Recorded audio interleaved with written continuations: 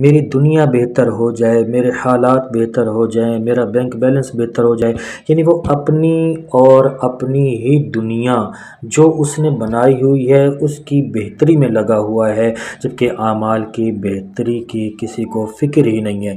ہمیں اعمال کی بہتری کی فکر کرنی چاہیے، مال کی بہتری کی فکر نہیں کرنی چاہیے۔ اور جس چیز کی ہمیں فکر کرنی چاہیے، پھر اللہ تبارک و تعالی ہماری فکروں کو بھی جانتا ہے، ہمارے ناموں کو بھی جانتا ہے، ہمارے کاموں کو بھی جانتا ہے۔ اللہ نے چاہا تو جو ہماری فکر ہے نا وہ ساری اللہ تبارک و تعالی دور فرما دے گا۔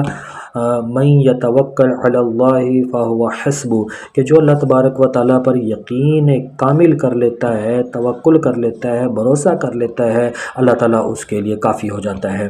تو ہم تو اللہ تعالیٰ سے مانگنے والے ہیں، اللہ تعالیٰ کی بارگاہ میں ہی سر جھکانے والے ہیں۔ اللہ تبارک و تعالیٰ ہم سب کو اپنے سوا کسی کا محتاج نہ کرے، لوگوں کی محتاجی سے اللہ پاک ہم سب کو محفوظ فرمائے۔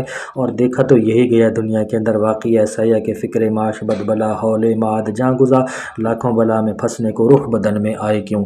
اگر ہم دنیا میں آ بھی گئے ہیں تو ظاہر ہے کہ ہم مقصد حیات کے تحت ہی آئے ہیں نا۔ اللہ تبارک و تعالیٰ نے ہمیں زندگی عطا فرمائی ہے، مسلمان کے گھر میں ہمیں پیدا کیا ہے، اور اللہ تبارک و تعالیٰ نے ہمیں یہ شرف اور یہ عظمت عطا فرمائی ہے کہ اپنے پیارے حبیب صلی اللہ تعالیٰ علیہ وآلہ وسلم کا امتی بنا کر بھیجا ہے۔